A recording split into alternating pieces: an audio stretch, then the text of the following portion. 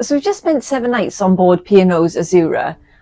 It's the first time we've been on board in around 15 years. Yeah, it was the first ship we ever stepped on, wasn't it, 15 years ago, just for like a day visit, wasn't it? Yeah, so with it, the days they take you around and they show you all the venues and you get a nice meal at the end and a couple of glasses of wine. So yeah, other than that, we haven't been on board this ship. So it's been interesting to have our first cruise on it, isn't it?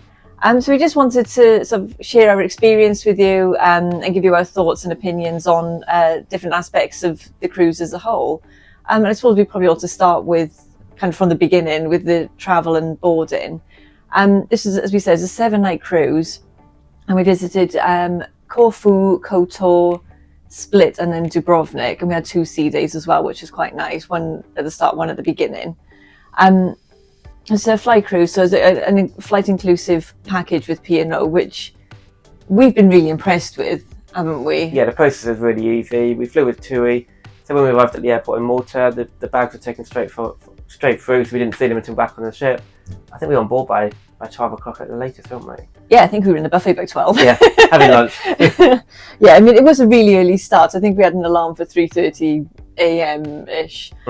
So yeah, it's an early start, but well worth it to be here for that sort of time. And if you wanted to as well, you could get straight back off the ship and explore Valetta, which is amazing because you had the whole day then, really, didn't you, to explore if you wanted to. And we've been here previously, so we decided we'd just stay on the ship and explore the ship because that's obviously part of what we like doing. But yeah, really, really impressed with the whole travel and boarding. And even when we got to Malta, as Anthony said, it was straight through with the luggage, so we didn't need to worry about that. We were through passport control. I know some people have had experiences where it's been delayed, I think. Especially with the new rules that have come in with passports in the EU. But we were straight through. But one thing to, I suppose, just to make note of, when you go through passport control, they want your passports and your boarding pass for the flight. So just make sure you have that handy.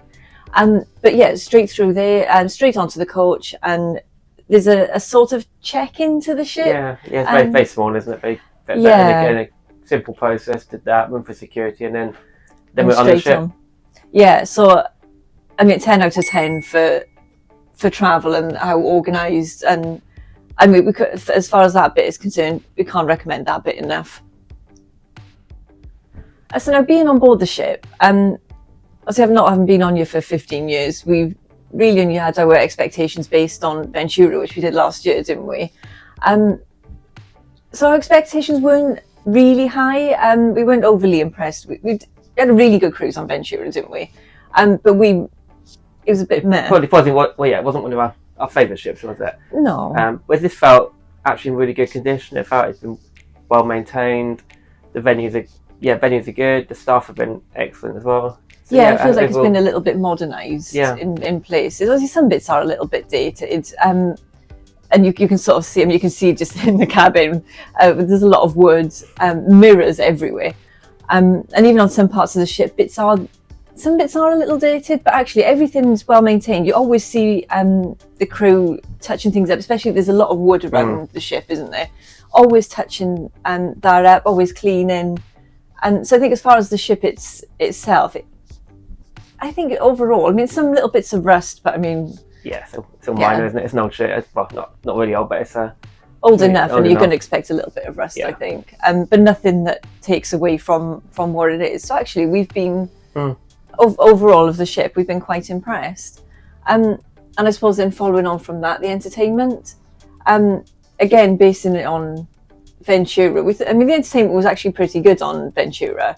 And so that's been our, I suppose, for the baseline. For everything, that's what we're sort of looking at. And we've been really, really impressed, haven't we, with what's been on Azura. So as far as entertainment sort of evening wise, even throughout the day actually, isn't it? There's been, I think there's two or three duos, like acoustic duos. There's a busker, and also you've got Pulse, the party band, and the theatre shows, and they've had a lot of guest entertainers as well in the theatre, haven't they? There's been a magician, there was a rock show by Tribute, look them up, they were excellent. And yes, actually for like sort of the evening entertainment, you've got the silent discos, and there's been lots going on up by the pool as well, which has been really nice in the day and in the evening. Well, it's been nice because the weather's been very warm, hasn't it? So it's been like 30 degrees. So even at night, there's been entertainment up on deck, which you don't always get on all cruises. So it's been nice to spend time up on deck in the evening as well. Yeah, we've quite enjoyed that, haven't we? And even tonight, we're on our last night at the cruise, and there's another silent disco upstairs. So we may, possibly, one of us enjoys them more than the other. So we may pop up, we'll see. And even sort of throughout the day, on port days, obviously things are a little bit quieter, but there's still plenty going on. And on the sea day, we'll pop one of the Horizon magazines so you can take a look.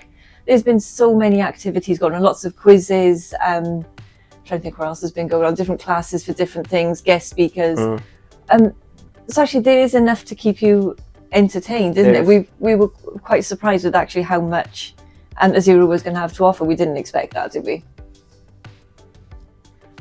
And I suppose the next thing to talk about, which is important for me and for most people, I think, is the food. So we're in quite a lot of the Facebook groups for P&O, as well as lots of the other cruise lines. And I think P&O do get quite a lot of criticism for their offerings, the menu choices, the quality of the food.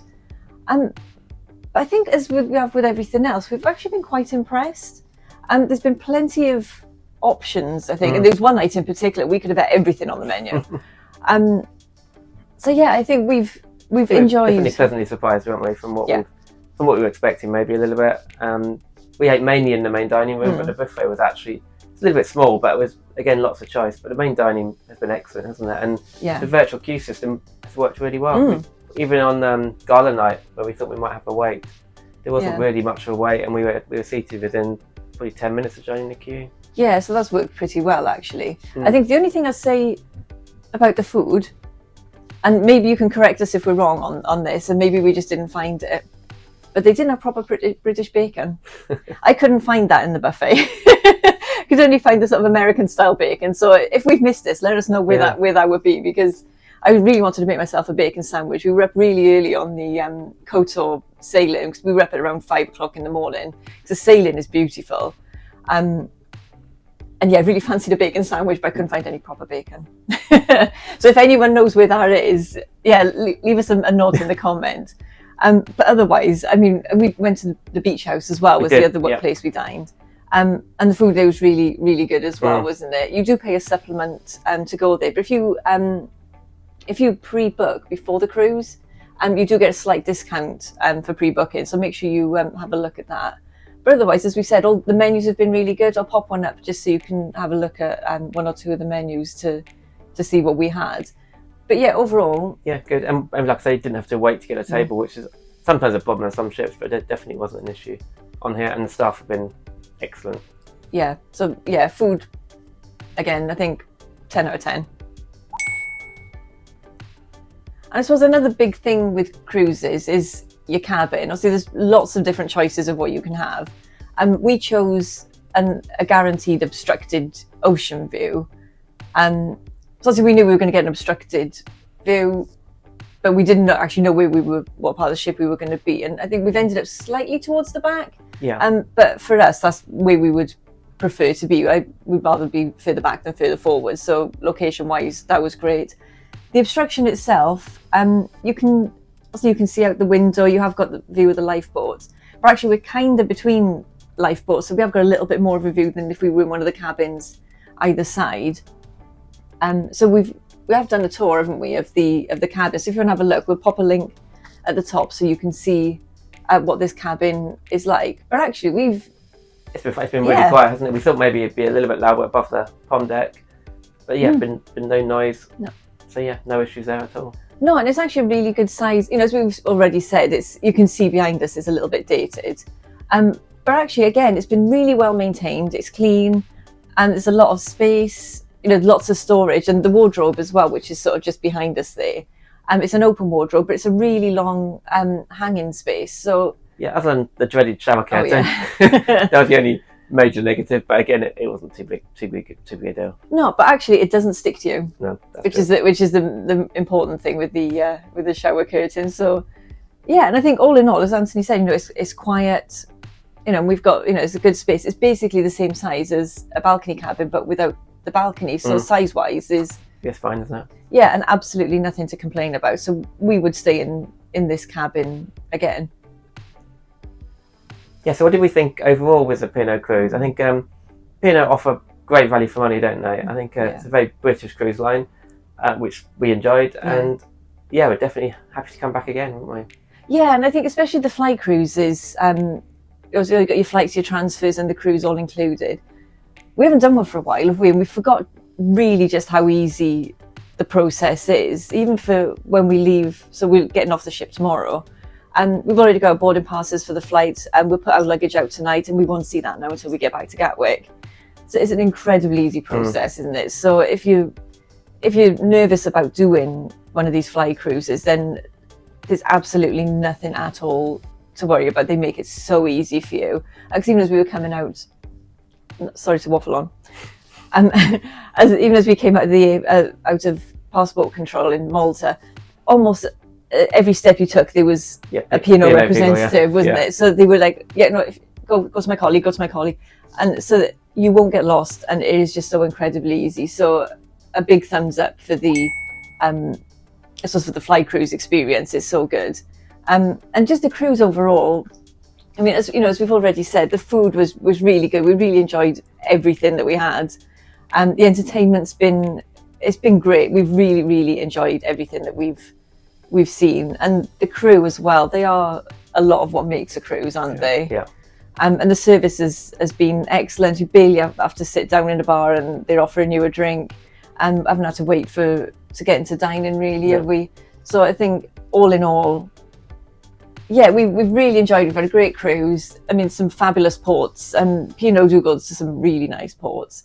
So yeah, 100% we would recommend. Yeah, we would. Yeah, recommend doing this, and hopefully everything that we've talked about in this video has been either helpful or interesting, and that you found it useful.